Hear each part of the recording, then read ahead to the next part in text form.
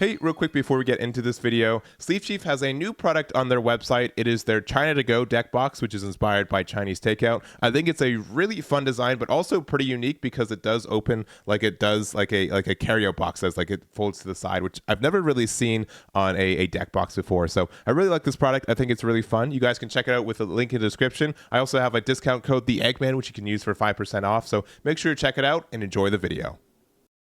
Hey everyone, Eggman here with another video, and today we have a top 16 breakdown for the TAC Games Auckland regionals that happened this past weekend. This is the first OP08 regional that happened in the English meta, which also means it's unique meta for us since we have the Innis Lobby as well as the Red Purple Law ban. So this is a really interesting format for us, and we're really excited to go over these. But real quick before we get started, first, if you guys enjoy these videos, please make sure to hit that like and subscribe. It does mean a lot. Also, I did just get back from Cardfest, and I'm a little under the weather, so sorry if I sound a little nasally as well. But also, I do want to mention that I will be going over the Cardfest events that happened this weekend as soon as I get the data, which won't be for a couple days. So be on the lookout for that. I'll be continuing to update this website as well, but that is on the way. I just don't have the data yet. But going over this one, again, this was a regional that happened this past weekend. 226 players, 8 rounds of Swiss, best of 1 into a top 16 cut. And of that top 16, we did have 6 of Star Deck 13 Luffy, 2 Nami, 2 of the Star Deck 14 Luffy,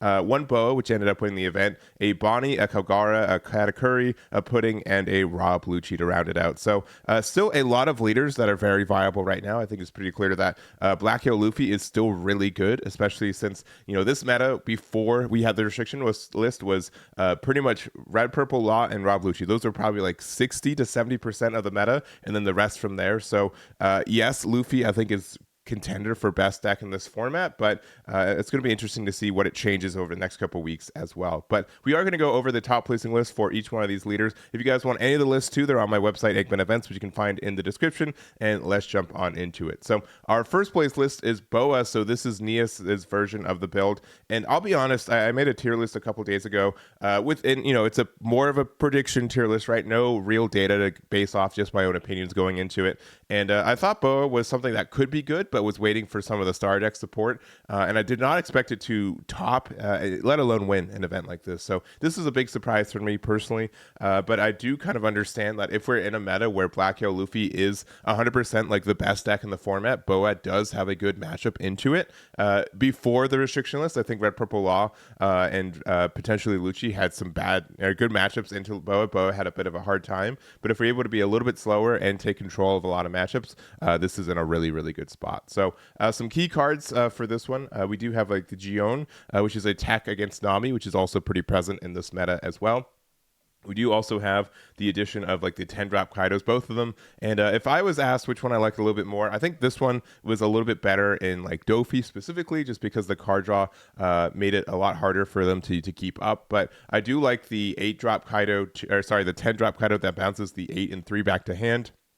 I think the 2-3 split that we have in this build makes sense for Boa specifically. This is really good for, you know, bouncing back Moria, even though like sometimes it just means like they get to play the card again and get some more value from it.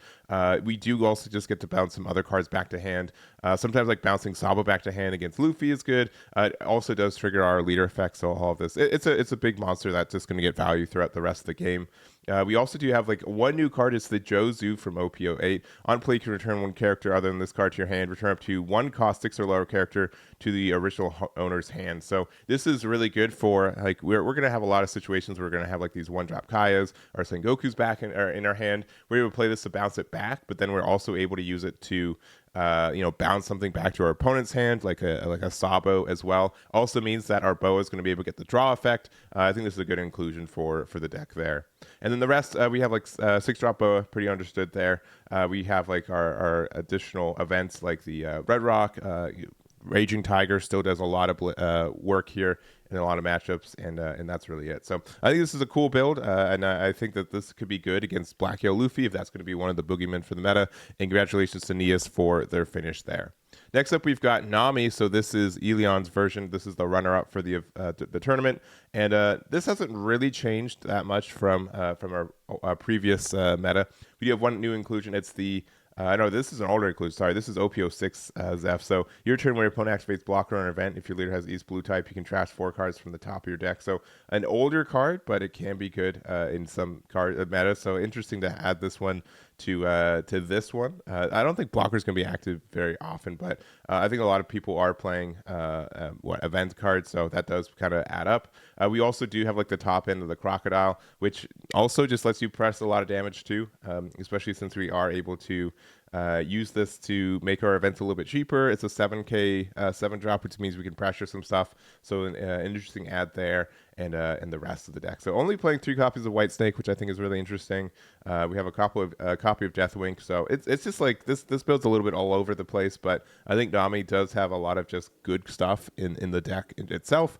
And it's a deck that really checks a lot of other decks in the meta too. So this is Elyon's build. Congratulations for their second place with Nami. Next up, we have Luffy. So this is Keden's version. This is a top 4 finish. And I didn't really mention it. Top 4 for this were all unique decks, which I think is really cool and interesting. But this is their version of Luffy here. It's pretty standard, I'd say. The biggest difference I've seen, like tech-wise, is that, one, we don't have any of the finger gun, which are finger pistol, which I'd say most of the time in OP07.5 has been a really good inclusion. I've been liking the deck of the card. But we also do have like the weird inclusion of like Rebecca. So this lets us play or just get a black character with a cost of 3 or less to your hand rested. Get a black character with cost 3 or 7 other than this to your hand. So this lets you get stuff like Perona and Sabo. That's it, but those are just some of the better cards. So being able to get a 2K is interesting. Getting the Gecko Moria 8-drop off, so you could play like Rebecca in a 2-drop if you want to. So you could play like a blocker, and then you'd be able to get like a 2K to hand, and then also be able to play like Sabo and get that. So that's an inclusion for it. It's interesting. I've honestly never seen Rebecca in a Black Yellow Luffy, so I think that's really unique for it. And then the rest are just kind of the standard cards that we see. So I don't really have much more to say about this. I think Black Yellow Luffy's in a good spot. You can check out the other deck list too. I think they're all a little bit different from each other, but this is definitely the most interesting version of it and is their top placing. So congratulations to Keden for their finish there. And to wrap out the top 4, we do have Johan with their version of Bonney. And Bonney did get a huge buff, I think, in this meta with the inclusion of the Carrot. So this is a new card. On play, when attacking up to one of your opponent's rested characters with a cost of 7 or less will not become active in your opponent's next refresh phase, which means that you're able to lock something on play and then continue to lock it down from the rest going on. So it just also means like our leader's really good at resting cards early game. So it means that you can then play Carrot afterwards and get like the permanent rest. So like, for example, if we had like a 5-drop Sabo or like 4-drop Borsellino that we attacked with a leader, so those got rested, we could then use the Carrot afterwards to continue to rest them, which is really, really strong. And it's when attacking, so you just get so much extra value for it. Other than that, just the kind of standard stuff. We have like the Rosinante. We also do have the tech of the 5-drop Monkey.D.Luffy. If you have 3 or more characters, your characters with a 3 or less other than Monkey.D.Luffy cannot be KO'd by your opponent's effects. So you do get to protect yourself from essentially reduction from black. So they have to keep it at 4 or higher for the removal. Otherwise, Luffy will protect them, which is really interesting. So only other interesting conclusion or inclusion is the Straw Sword. This is a star deck card, but being able to rest anything for 2 is good. So there could be some good scenarios where you can just rest and Carrot and get like a really early like chain with this, which is nice. So other than that, I think Bonnie's in a good spot. I think Carrot helps the deck a lot. I think the removal of red purple Law is great, and I think this can have a really good matchup into Black Yellow Luffy too. So this is the build here. Congratulations to Johan for their finish there. Then next up, we do have Star Deck 14 Luffy. So this is in the top 8. This is Daniel's version of the deck. And this obviously got a lot of hype at the end of OP7.5. It did do really, really well in the European finals that happened in Liverpool this previous weekend, or I guess like a week and a half ago. But this still gets a lot of buffs from this new set, mostly with the inclusion of Jack. So this is a really great card from OP08. It says this character gets +4 costs. So it's 11 costs during your turn, which means your Luffy is going to have a really good time fulfilling its effect of a 8 or more on field. And then activate main, you can rest this character, draw 1, trash 1, then KO up to one of your opponent's characters' cost of 3 or less, which you can then use with like cost reduction to get rid of bigger things. So it's a really great add. It just means that we can get this Luffy effect on on a little bit quicker and more consistently, even against playing against black too. Like Gecko Moria is great, but they can reduce the cost of it with like an Ice Age and not only remove it, but it just means that our Luffy's effect isn't going on anymore. So I think Jack helps this deck out a lot in that regard. Other than that, it's just kind of the pieces that we're generally seeing. We do run some Navy stuff, and mostly Navy stuff too, because we do have like the brand new. We have the Borsellino, as well as like the T-Bone. We're playing Sanji instead of Sakazuki. I like Sakazuki like a smidge more, just because we can use it to put stuff into our trash that we might need to play next turn with the Moria kind of play. But I also think like the Navy build's a little bit stronger, since we're not seeing like the 1000 Sunny in this build either, which was a staple in like the 7.5 version of this deck too. So that's the build there. I do think this is a good one. It's going to get better too with the Smoker Star deck that we get in a couple weeks. And congratulations to Daniel for their finish there. The next up, we've got Kalgara. So this is a new leader, and people are saying one of the better ones for this one. So if you don't know what it does, effect on _1 when attacking, play up to one Shandian warrior type character card from your hand with equal cost or less than the number of Dawn in your field. If you do, add one card from your life to the top of from the top of your life to your hand. So like the biggest cards we get are like the Kalgara, so you get to play this. If we're at 7 Dawn, we put one in our leader attack. We play the 6 cost kind of thing. And then we also do have like additional effects like this Noir Blanc. So on play, if your leader has some Dawn warrior types and you have Kalgara character, add one card from your life to the top of your deck, from the top of your deck into the top of your life. So your quick combo is that on 7 you attack with this, play this for free. You still have 6 Dawn available. You play this Noir Blanc, and then you have 1 Dawn open for either like a Flame Split or the Earth Won't Lose. Something like that. So that's like a good kind of mix between all of that. So we do run a good amount of our just Sky Island cards. So Shura finds those. We play Omen Holy. We play like the Wiper. We have Ace as like a really good rush card in the middle of the game. Especially if we're at like 3 life, we can do something like play the effect, play out Kalgara, and then we have enough to play Ace out. And then also the new S-Snake. So unplay up to one of your opponent's characters at the cost of 6 or less, other than the Monkey-D.Luffy cannot attack till the end of your opponent's next turn, which also activates the on-play effect. So being able to like stun something, like there's no like real cost to play this card, which I think is really nice. So in general, I think this deck is really good. It's moderately cheap too, so if anyone's newer to this card game, this is an easier one to build, since really the only super rare we have is this S-Snake, I believe, and the rest are just like rares and everything else. So I think that's pretty good. Yeah, sorry, I was making sure this is uncommon. This is not a super rare. I was like, man, I saw 2 letters. I'm like, no, this is just an uncommon. So yeah, this is a good deck, pretty aggressive, and I think we're going to see this for the next couple tournaments too. So this is Max's build, and congratulations for their top 8 with Kalgara. And to wrap it up, we do have a couple top 16 decks. So we do have the Katakuri. So this is Han's version of the build here. Katakuri does get a star deck as well, and I do think there's a couple cards that we want from it, but we do get some good adds from this set in general. Mostly this Nami. This is a fantastic card for most yellow decks. So on play, you can trash 1 card with trigger from your hand, KO up to one of your opponent's characters at the cost of 5 or less. Then if you have 3 or less cards in your hand, you get to draw 1. So you get some cycle. You get rid of a trigger card in your hand. And the removal. The removal is really great because previously it's Gadatsu, and being able to get the removal on play is great, but you do have to kind of be like a little bit less aggressive to do so. But Nami, you get to pretty easily, which is really nice. So, and in comparison, like Rocket Luffy, which you do get like the card draw, but you lose the body kind of thing. So this is a big add for the deck.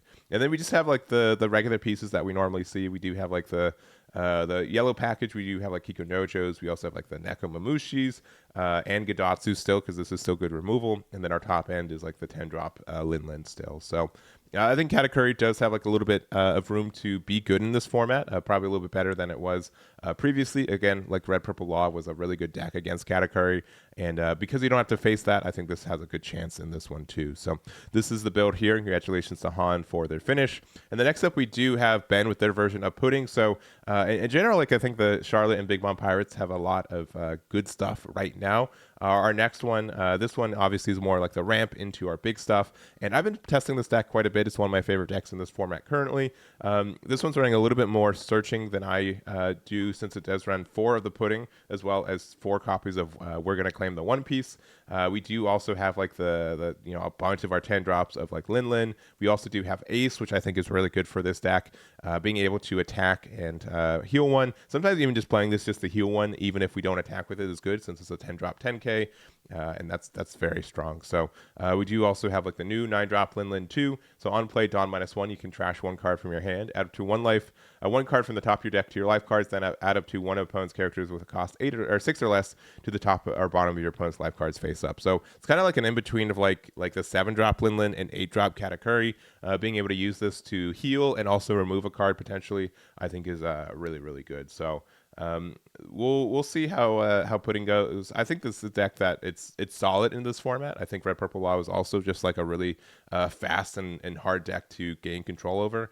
I don't know if it's I think Pudding's like a little bit better than Katakuri if I was to compare the two, but I think both are strong, and we'll see how this format shapes for it. So this is Ben's list. Congratulations for their top 16. And to wrap it up, we do have Rob Lucci. So this is Cam's version of it, and very bizarre to see Rob Lucci as like the last deck that we go over in this format.